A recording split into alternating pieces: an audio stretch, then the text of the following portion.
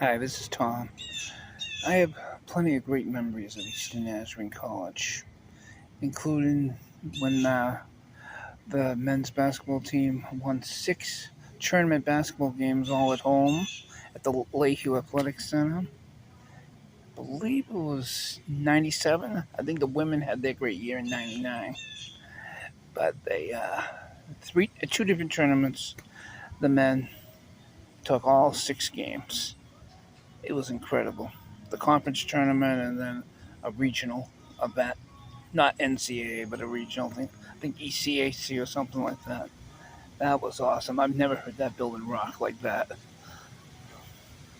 Uh, Plenty of great commencements here at the college and homecomings,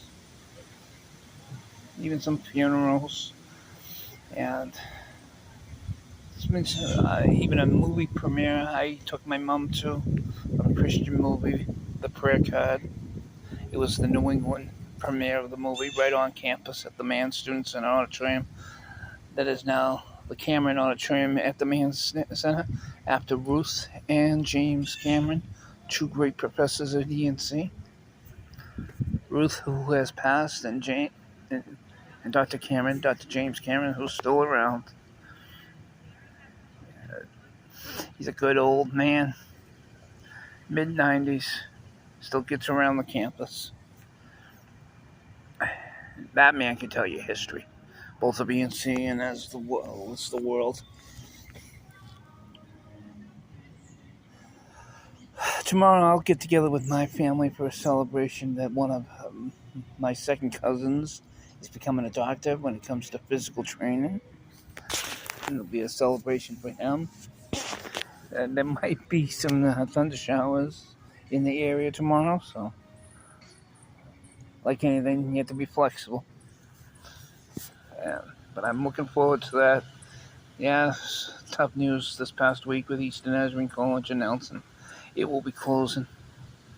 This will be its last semester, the fall semester of 2024. And it won't even be a normal semester.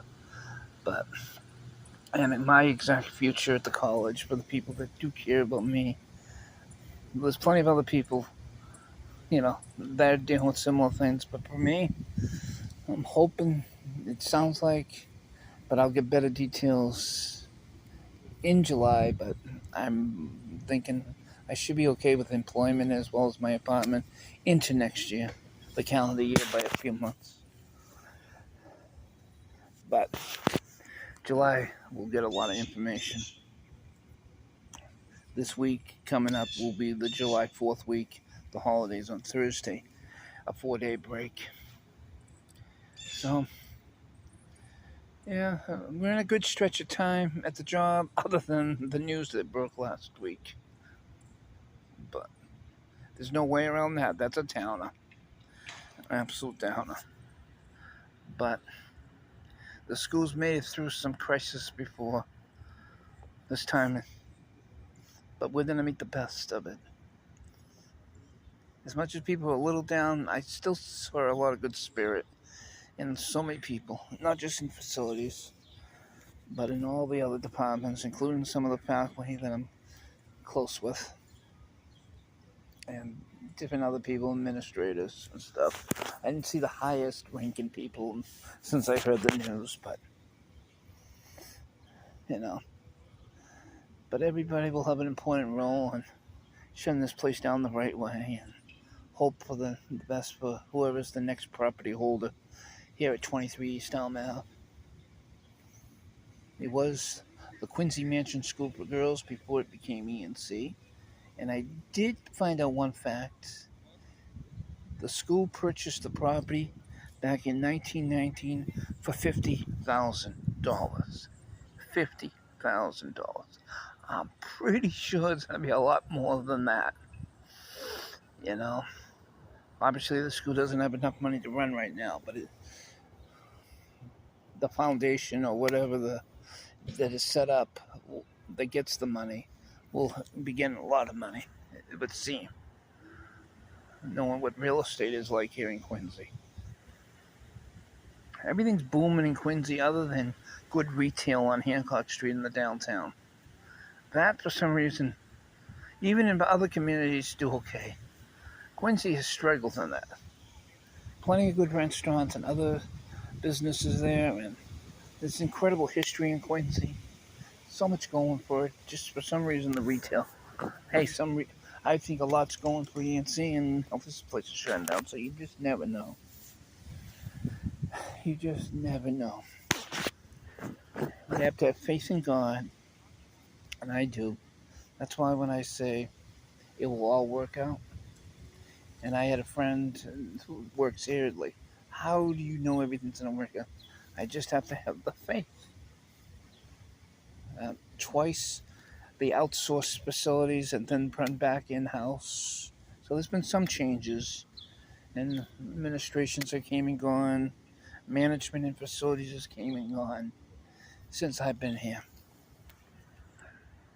I'm not sure if anybody worked in facilities as long as I have previous to me being here.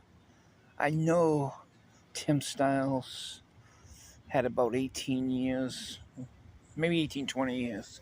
I'm sure about the 18. And he's a good man. I've not seen him in a year or so. Once in a while, I bounce into him on campus. But he was our plumber when he was working in facilities, but he's more of an educator. And I'm glad. I want everybody to stay in the fields that they should be. But there's so many incredible people that I've worked with. Just in that boiler room, I wouldn't run that thing by any possible means.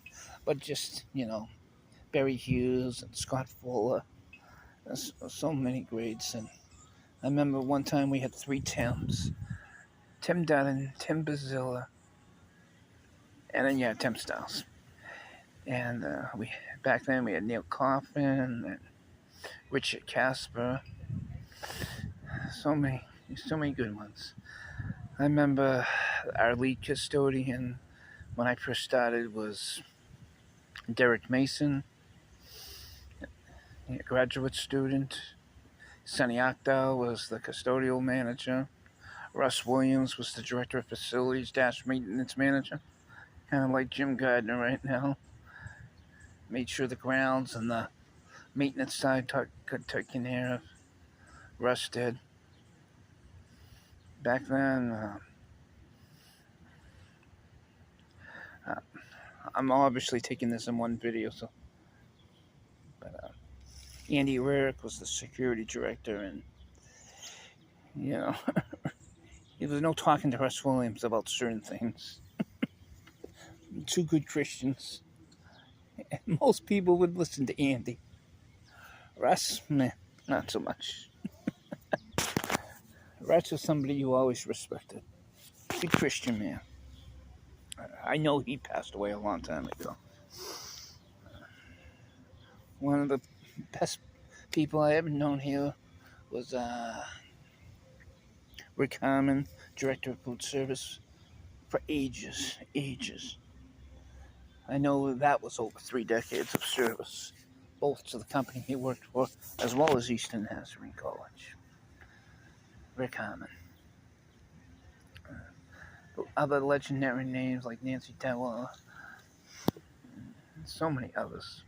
This is a great college. Great college. I stay in contact with my good friend Jason Cottis, who joined the team, I believe, either 99 or 98, and stayed for 22 years. About 15 years older than me, so he has retired and enjoying retirement. But I'm in daily contact with him by text and talk to him on the phone once or twice a week. This week's been a little interesting, so I've got a few calls from Jason and talked to him and his father, Greg. 2 very good people. Greg and his wife were ENC alums. They met each other at Eastern Nazarene, and they had 2 great kids, Christy and Jason, and Jason's been a good friend. So Jason, if you ever see this video, thank you for everything. But I'm just going on and on. I'm not going on with a script. This is 10 minutes. I just wanted to do this. Saturday midday, before the 4th, right after the bad news of this past week. I keep on calling it summer ministry, but district assembly happening on campus, the New England District Assembly of the Nazarene Church. Is the activity. It seems like it's going to get going around 1 in the afternoon, which is roughly 20 minutes out. I'm in between Moreau Hall, the oldest dormitory, and the Angel Hall, where there used to be a mansion,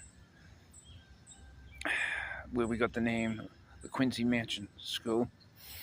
Yeah, it was the home of, I believe, Joseph Quincy, who was mayor of Boston. I believe that is the namesake of Quincy, but there's also a colonel. I think there might have been multiple Joseph Quincy's. But again, I'm not a historian, but I'm somebody who loves history. And I love Eastern Nazarene College. And with that, I say, Jesus is hope, and have a great one. Have a great one.